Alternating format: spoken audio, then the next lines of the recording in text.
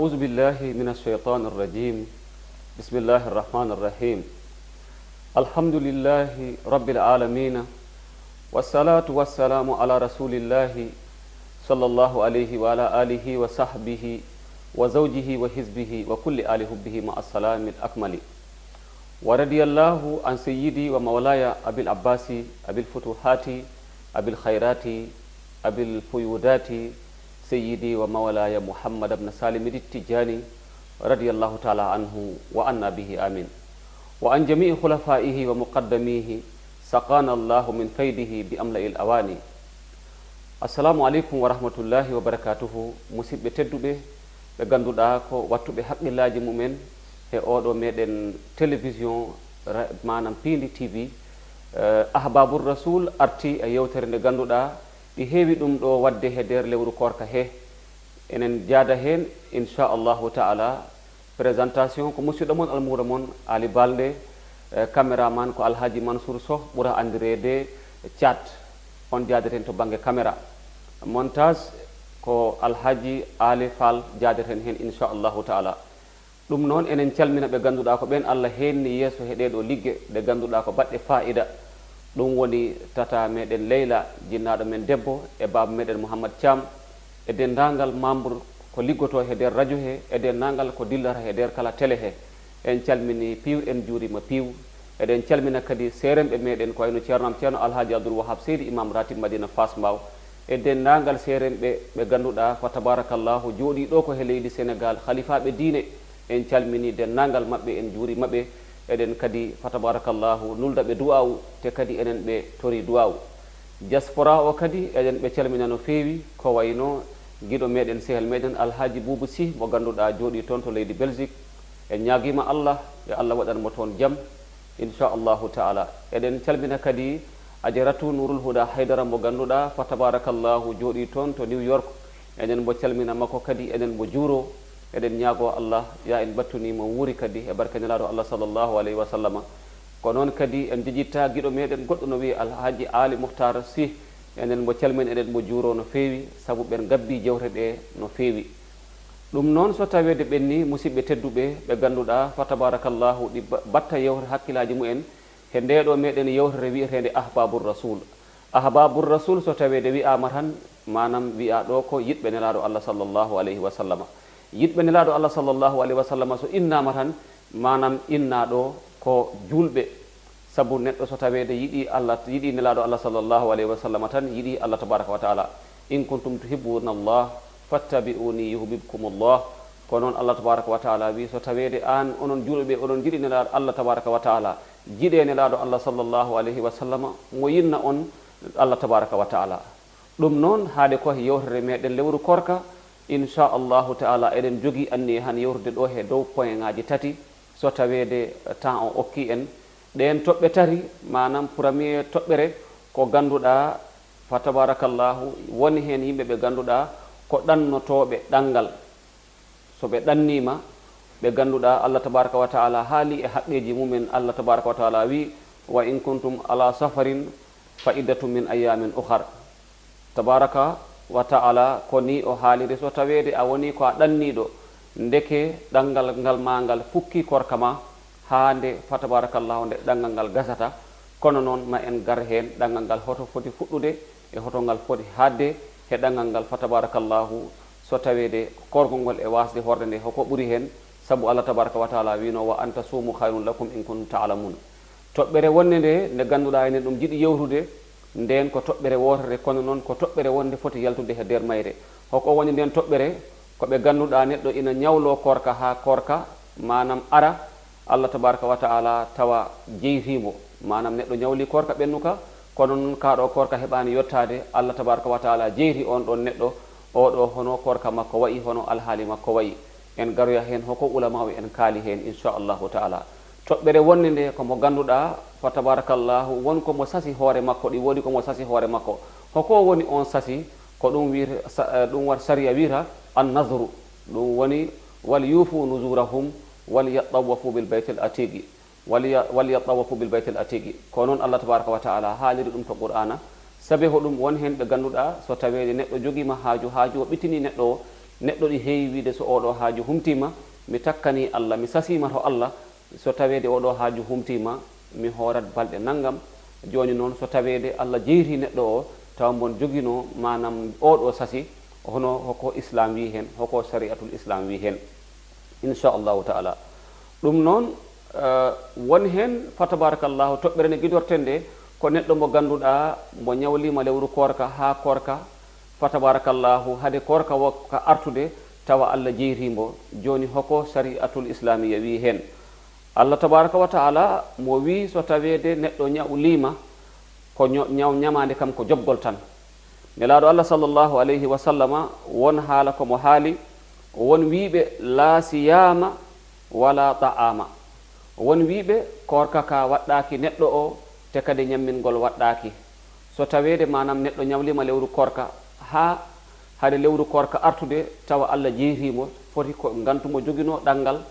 o ñawli korka ka walla ko debbo mo ganduɗa ina sowino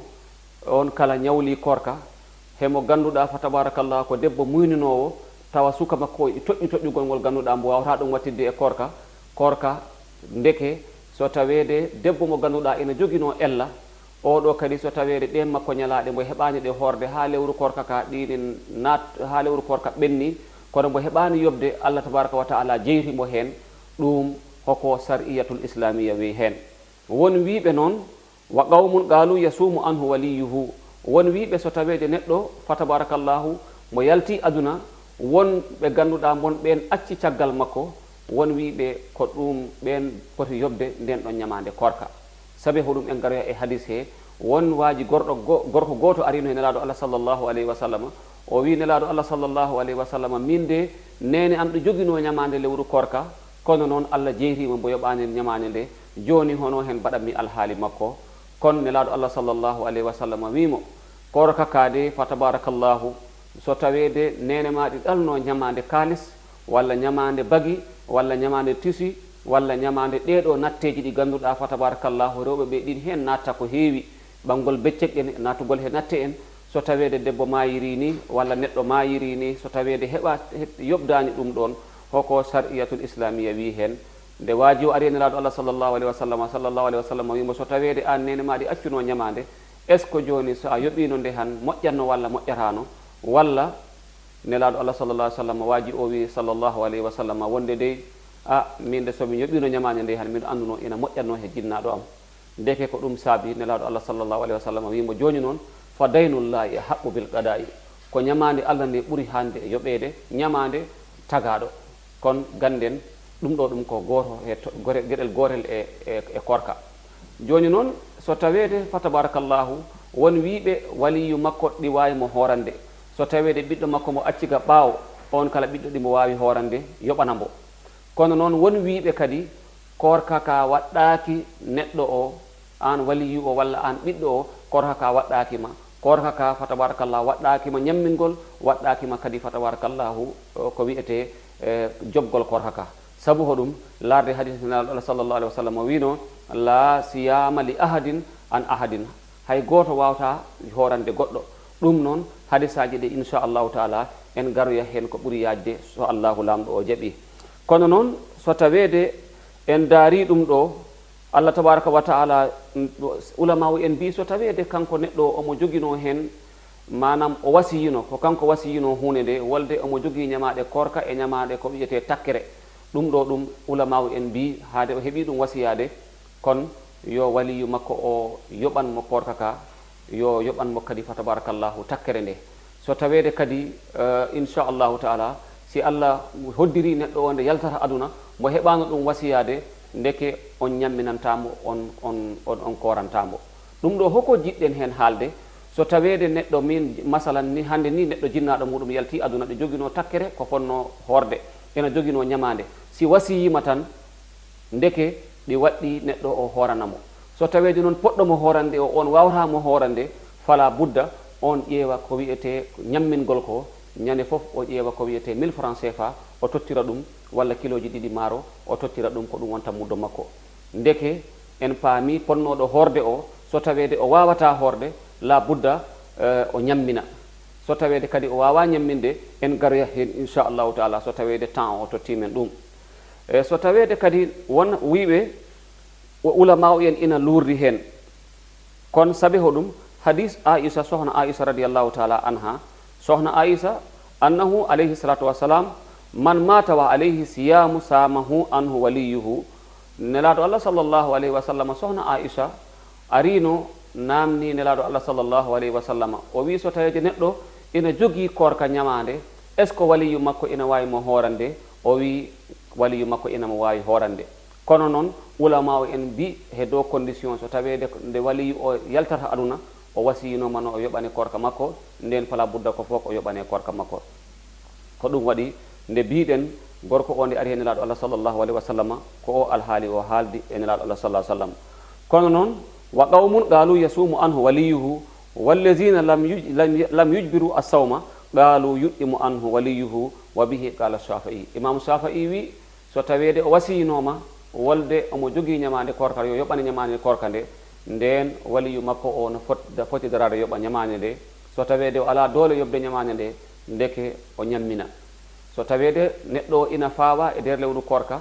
o jogui ñamade korka allah waɗi nde korka ɓenni allah jeyrimo e korka he kono so tawede en ƴeewi ko ɓuuri hewde he lewru korka he foof neɗɗo o waaji o horano ɗum ɗon kon hoko hen sariyatul islamia wimo sariyatul islam wi so tawede o wasiyima kon yo waliyu makko yoɓanmo korka ka so tawede waliyu o kañumne ina jogui rafi mo ganduɗa haɗatmo horde ɗo sariyatul islamia wi no neɗɗo o ñammin makko ponnoɗo horde ono mo ñammin ɗum fodde komo fonno horde ko ñalande foof mo yettinana ɗum muddo ko noon imamu shafii wi kono noon yoga he ulama o en won wiɓe hay goto wawata horande goɗɗo hoko waɗi ɗum ɓe bi so tawede mo wasiyaki hunde nde tan ndeke korka ka waɗɗi jippima ñammingol ngol kala jippima ɗum noon wa farraga qawmun bayna nasri wa siyami al mafrudi fa qalu yasumu anhu waliyuhu fi nasri wala yasumu fi siyami al mafrudi won ulama o en wiɓe so tawede neɗɗo sasima waɗi takkere so mbiɗo fawa so allah sellini ka mami horan allah balɗe sappo ɗum noon musidɓe tedduɓe ɗum ko hunde fodde wattande yila hen neɗɗo ina jogo haaju o ɓittina neɗɗo o walla neɗɗo o jogo pawgal ngal ɓittina neɗɗo o ha neɗɗo o wiya so tawede mi selli walla oɗo haaju feewi mi takkani allah mi horat balɗe naggam ɗum noon so tawede a selli tan tinno mbaɗa feere mbaɗa ɗum ɗon saabi a anda hoko wonto yeeso ma sa anda saabu ho ñawdi ara to yeeso a anda ho caɗele ɗi gara to yeeso a anda ho probléme ji ɗi ganduɗa ɗima kaɗa horoyde ɗen kan ɗon korka hoɗi gara to yeeso kon ko tinnade watta hen haqqillaji no feewi ayi neɗɗo so tawede sasanima hoore mum to allah sasi hoko woni takkere ko neɗɗo o ɓaga fawa hoore mum ko ganduɗa an allah fawanoma ɗum min hande masalan so tawede miɗo ɗaɓɓa émission her piindi mi heɓani émission walla miɗo ɗaɓɓo embossement e place mi heɓani embossement ko contrat tan keɓanmi so tawede hande mi darima mi wii oɗo contrat somi signanama contrat mi waɗama embossé tan mi iwi e contrat tan mi anda aduna am feewi golle am peewi miɗo takkani allah mami horan allah balɗe sappo saabu yettirde ɗum allah walla neɗɗo o wiya mi takkani allah mami ñammin miskineɓe mi takkani allah mami sood jawdi mi hirsa mi ñammina ɗum miskineɓe mi waɗa sadak e galle am so tawede a signanama an on embossement tan waɗɗima ko wadde ɗum ɗon saabi hoɗum calculde hunde nde wona hunde waɗɗinonema kono ko an fawi ɗum hoorema immade tan hoora fawaki hay goto immade tan sakkora fawaki hay goto ɗum koye gueɗe nafilaji kono immade tan wonde e caɗele wiya so tawede ɗeɗo caɗele gasi walla oɗo haaju so humtima tan mami wat kaza mami wat naggam on ɗon haaju so tawede humtima walla caɗele ɗe so tawede dumtima tan ɗi waɗɗima an neɗɗo o fala budda mbaɗa ko kaldunoɗa he allah tabaraka wa taala ko saabu ko ɗum allah tabaraka wa taala wi yimɓeɓe ganduɗa ina timmina takkere maɓɓe woni hen ɓe ganduɗa so tawede ɓe mbi'i allah tabaraka wa taala so udditani kam dame arkise so allah udditani kam dame jaam so allah udditani kam dame jaɓanede so allah udditani kam dame entreprise ha mi udditi entreprise mami ƴeftu yimɓe ɓe liggo mami wat kaza ko ɓuuri hewde tagore nde ko ɗum ɓe mbaɗata so tawede noon jomum allah waɗi haaju o feewi wonɓe ganduɗa codata tan ko otoji mumen mbaɗaɗi blende so mbaɗi blende mbaɗa hen verre uji hen noir ha tawa neɗɗo o so a wirtima a famata ko kaari woni walla ko kaari woni ɗum noon ko dogde responsabilité walla dogde ko ganduɗa ana ɗum fawno hoore ma to Allah tabaraka wa taala kon dogde nde ɗum tahanima soyde yimɓeɓe ndeke hokko hen Allah tabaraka wa taala fawi hen o wi so tawede aɗa fawo to Allah tabaraka wa taala ma a wat naggam e naggam ɗum ɗon so haaju o humtima a waɗoyani ɗum tan Allah wi sa renaki yimɓe mbiyatama ko a nafigi manam ko kalata ko woni to nder ko e ko mbaɗeta ko tawata wona hunde wotere kon yo en paam imamu Shafi'i wi so tawede an neɗɗo o so tawede an a ñamlima korka a wasiyima wonde aɗo jogui ñamade korka a wasiyima aɗo jogui ñamade haalis a wasiyima aɗo jogui ñamade galleji wonɓe jeeyiɗa galleji ɓen cuwa hettude kayitaji mumen ɗum ɗo foof kala ko basiɗa hen fa tabarakallahu o waliya e maɗa hokka ɓe poti ɗum darade ɗum ha timma so tawede ko korka ɓe daroɓe ɓe timmina korka ka beele aɗo daña toon jaam so tawede manam ko ñamade haalis ɓe tinnoɓe joɓa ñamade nde beele aɗo daña toon jaam saabi yo en gandu noon enen musidɓe tedduɓe Allah tabaraka wa taala dennagal ko wiyete ñamade ko ñamade wotere o jogui garanti wonde kanko Allah ma o yobde en ñamade hokko woni nden ñamade nde Allah tabaraka wa taala yiiɗi yobde ko neɗɗo mo ganduɗa a dawi subaka ala dépense ko mbaɗa dépense galle ma jaaha e waji goto ñamloɗa on mbiyama mbiɗo yiiɗi ñamlami kaza sa ñamli kam on saga somi dañimi yoɓatma sa ñamloyima toon 50 000 ko jobra courant galle ma sa ñamloyima 50 000 ko jobra location galle ma aɗa andi sa yoɓan tan a yaltinte sa ñamloyima toon 50 000 francs mo ganduɗa aɗa ɗum waɗa dépensé e galle maɗa on 50 000 francs mo ñamliɗa so tawede Allah jeytima a yoɓani on ɗon 50 000 Allah tabaraka wa taala wi ko kañko woni garanti nden ɗon ñamade so tawede nde yoɓaka dendagal fa tabarakallahu ñamaɗe ɗe ganduɗa ɗe wona ɗeɗo ñamaɗe Allah hay ñamade fawaki saabi hoɗum ko calcul de responsabilité galle no teddi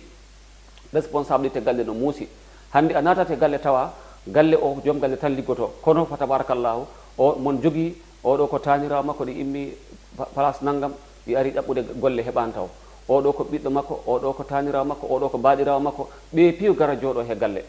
ko fof fala budda charge o tedda so charge o teddi fa tabarakallahu aɗa jogui ɓiɓɓe aɗa jogui rewɓe ɗiɗo ha rewɓe tato ha rewɓe nayo won hen galleji ɗi ganduɗa ko kanko joom galle o tan tawata kanko jippoto ɗum ɗo so tawede teddi he makko ha alhaali natinimo e ñamade taw wona yidde bonnude so addi nden ñamade e galle makko so o maayi o yoɓani nden ñamade so waliya e makko e ɓiɓɓe makko joɓani nden ɗon ñamade Allah tabaraka wa taala kañum yoɓata nden ɗon ñamade saabi hoɗum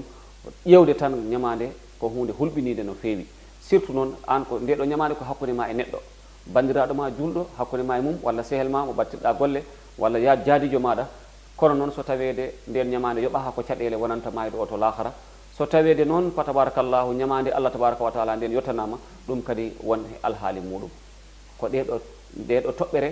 en gasni nden garen e toɓɓere nde ganduɗa ko affaire ɗangal nde haalata ulama o en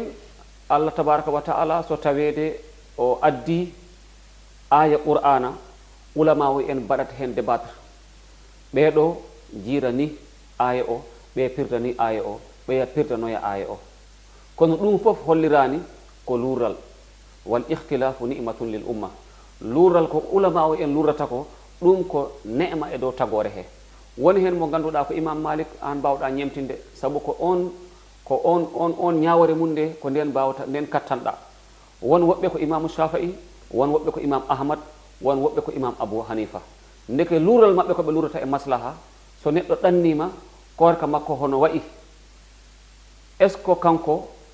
ko nde o deppiri tan ko ɗo o anniyoto walla omo jogui anniye ɗannade hande est ce que joni haade o fuɗɗinoma ñalawma o fala budda ko fof o hoora ñalawma o ha gasa walla so tawede omo fokkita ɗangal kono noon ko janggo o yiiɗi yaade joni koye e subaka he walla ko e jemma he ko ɗon o anniyoto omo anniyi horde walla omo anniyi tagde korka makko saabu wadde voyage ganden noon kadi ɗalngal ngal wona façon ɗangal fof manam ustini julde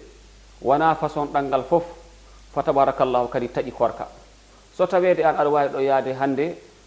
Thiès ngara tawa ala caɗele aɗa wawi ɗo yaade Mbour gara tawa ala caɗele ɗum fa tabarakallahu ande korka ma hay so tawede ɗo manam ustini to julde aɗa wawi ustude julde nde kono noon so tawede a hoori kadi baasi ala hen saabu Allah wi wa anta suumu hayrun lakum in kuntum ta'lamun ko horde nde ɓuuri he moɗon so tawede oɗon gandi kon won wiɓe so tawede neɗɗo o fokkiti ɗangal tan manam o yiɗi ɗannade masalan no hande ni kon yo o taƴ korka makko o yaha o jokka programme makko hande yettoyi foof ɗum waɗi fa inna qawman qalu yufɗiru yawmahu llazi haraja fiha musafira. won yoga he ulama en wiɓe haade o felliti o yahat yo o taƴ nden ɗon ñalande o wona he voyage makko sabi hoɗum calculde ɗanngal ina muusi. wa bihi qala sha'bi wal hasan wa ahmad, imam ahmad o wi hande 8h tan so tawede a noddirama hande walla 7h du matin a fokkiti korka he anniye maɗa subaka, kono noddeɗa ɗo he subaka he mbiyeɗa e won haaji mo ganduɗa ina kewi tamba masalan walla kolda walla wele ngara hande so tawede a fokkiti yaade aɗa andi ɗo kol manam ɗangal ngal ina woɗɗi no fewi, distance o ina waɗodiri. ɗum sari a wima aɗa wawi taƴde ñalande maɗa nde aɗo ñalande ma korka nde aɗa wawi nden taƴde manam saabu aɗa andi tamba ina woɗɗima no fewi, te kadi wele ngara ɗi woɗɗi no fewi, ha kolda ɗi woɗɗi walla fuuta ɗi woɗɗi. nden basi ala taƴa nden ɗon maɗa ñalande jaaha he ɗangal maɗa gussa julde maɗa, ɗum tawa a heeɓi fa tabarakallahu sunna nelaɗo allah sallallah alih sallam a wurtini ɗum. imam ahmad wi oɗo yo taƴ ñalande makko nde. wa qalat da'ifatun la yaftiru yawmahu zalika, won yoga he ulama en mbiɓe haade kay o heeɓi manam hebde fibde anniye o anniyaki wolde o ɗannoto, kono noon kanko fa tabarakallahu o fin subaka tan o wi omo yiɗi ɗannade on ñalawma makko yoga he ulama en wi o taƴata on ɗon makko ñalawma ɗum. wastahabba jama'atun al ulama'u liman alima annahu yadkhulu al madina awwala yawmihi zalika an yadkhula sa'ima. yoga he ulama en wiɓe so tawede hande masalan neɗɗo no foti yaade ɗo manam ko wayino Ziguinchor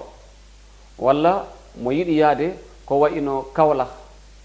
so immima ɗo 8h mo yettoyto toon fa tabarakallahu tuma wiyete 4h tawa o yettima, walla mo immima ɗo mo yiɗi yaade Banjul, kono noon mo wawi yettoyade tawa ñalawma o gasani. yoga he ulama en wi ina yiɗa he on ɗon o wasa taƴde nden makko ñalande mo hoora nden ñalande, manam ko ɗangal ngal ganduɗa hande si a fokkiti ɗo ko wonnoɗo jottoyɗa hande labudda ko ma ñalla e lawol, kadi ko ma baala he lawol, walla sa yahi e jemmayi han nde jottotoɗa tawa ñalawma o kadi woɗɗima, oɗo yiɗa manam o taƴa korka makko haade o fokkiti ɗangal. ulama en woɓɓe bi so tawede omo wawi fokkidde hande o yettoyo kadi hande o fokkiti hande subaka walla 5h du matin o fokkiti, so tawede o fokkiti omo wawi yettoyade Kaolack ha Fatick, walla mo wawi yettoyade sah ha Banjul, mo wawi yettoyade ɗo ha Senoba. fa tabarakallahu yoga e ulama en mbi ina yiɗa on o wasa taƴde korka makko, saabe so o yeehi o yettoyima jottagol makko e taƴgol yimɓe tawata woɗɗodirani. kono wa kulluhum lam yujibu ala man dakhala mufdiran kaffaratun. kamɓe fof ulama en ɓe mbi so tawede an mo ganduɗa aɗa fonno yaade wele ngara sa taƴi ɓe baɗɗinani e ma kaffara. so tawede an mo ganduɗa aɗa yaha ɗo hande Fatick walla ko wiyete Kaolack, sa deppiri jagol toon shar'iyatul islamia ulama en mbi so tawede kadi a yeehi ha e lawol a taƴi ɓe baɗɗinani e maɗa kaffara, ko jobgol tan waɗɗima. wahtalafu fi man dakhala waqtu zahabi ba'du nahari fa zahaba malikun wa shafi'i ila annahu yatamada ala fidrihi. imamu malikin e imamu shafi'i ɓe mbi neɗɗo mo ganduɗa aɗa yaha hande ko wayno lugani, sa fokkitiɗo oto ko 3h de temps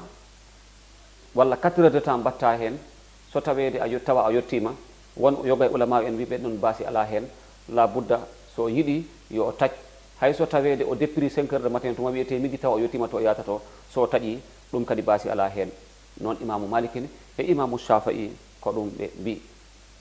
ɗum noon ibnu abbasin radiyallahu taala anhu o wi anna rasulallahi sallah sallam sama hatta balagal kadida summa afdara wa afdara annasu ma'ahu. laaɗo allah sallllahu alayhi wa sallam o wonino he ɗangal, o woni he voyage makko sallllahu alayhi wa sallam ha o ari o ɓatti o yetti nokko biyeteɗo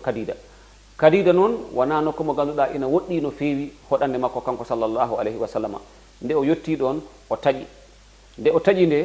fa tabarakallahu yimɓeɓe jii sallllahu alayhi wa sallam taƴi, kan yimɓeɓe kadi taƴi. wa zahiru hada annahu afdara ba'da an bayyata sawmu. ndeke sallllahu alayhi wa sallam o waldino he anniye o hoorat,